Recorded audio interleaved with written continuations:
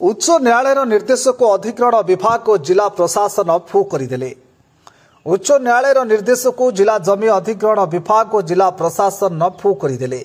सूचना प्रकाश दीर्घ 12 वर्ष पर जमीहरा दलित परिवार पाइपारे निजर क्षतिपूरण। एभली एक घटना देखा मिली जगतसिंहपुर जिला कुजंग ब्लॉक सदर ढिकिया नुआगा पंचायत प्रतापपुर ग्राम।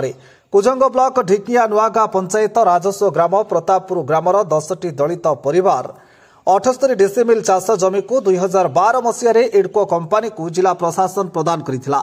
जमी अधिग्रहण समय दलित परिवार को क्षतिपूरण और चाकरी आदिर बहुत लोभनीय लालसा दिया जाइथिला। इडको कंपानी उक्त जमी को अधिग्रहण करथिबा बेले दीर्घ 12 वर्ष पर 10 जन जमीहरा परिवार को आज पर्यंत अद्यावधि क्षतिपूरण पाई पारि नाहांती।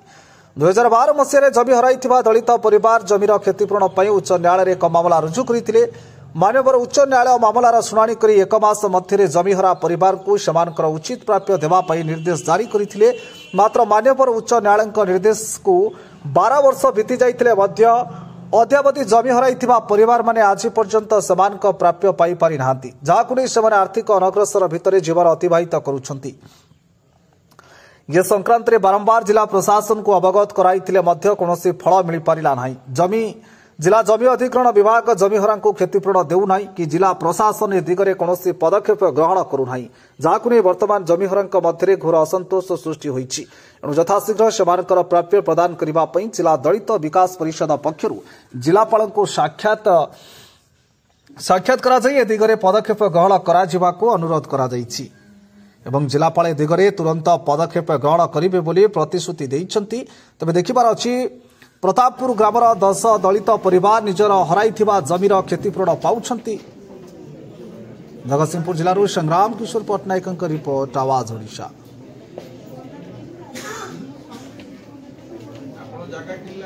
आपन परिचयटा कहि। शंकर दास सभापति जिला दलित विकास परिषद जगतसिंहपुर। आज जो जनशुणानी रे अभियोग करथिले कोन थिला अभियोग? हमर गोटी अभियोग जिलापाल पाखे थिला जे प्रतापपुर 78 डिसमिल आपनकर चाष जमी को शिल्प इडको ताको अधिग्रहण कला।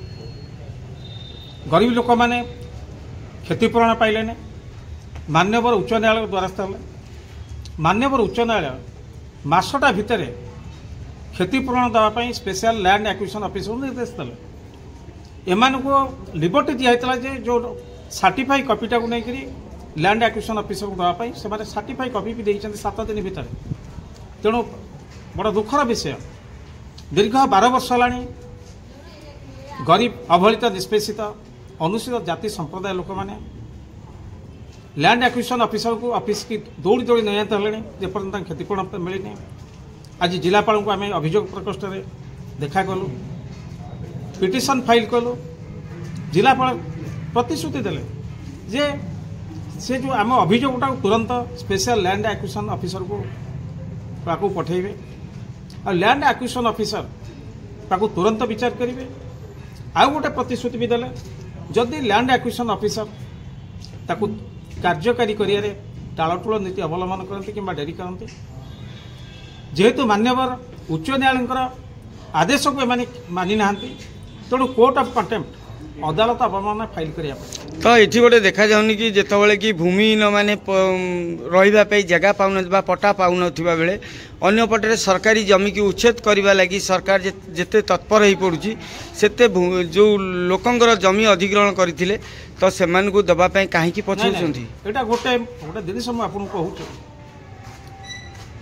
जितेबाला मान्यवर उच्च न्यायालय ये जो निर्देश देले लैंड एक्विजिशन ऑफिसर को मासटा भितर क्षतिपूरण देवाई, तेणु मु भावुची स्पेशल लैंड एक्विजिशन ऑफिसर मंद उद्देश्य रखिक दीर्घ 12 वर्ष लानी गरीब लोक मान दौड़ाते। तेणु जद्वारा एमाने 12 वर्ष जो प्रभावित होती जो खर्च करते जदि 12 वर्ष तले क्षतिपूरण दिखाई था से माने बैंक रखते 12 वर्ष सुधा पाई था।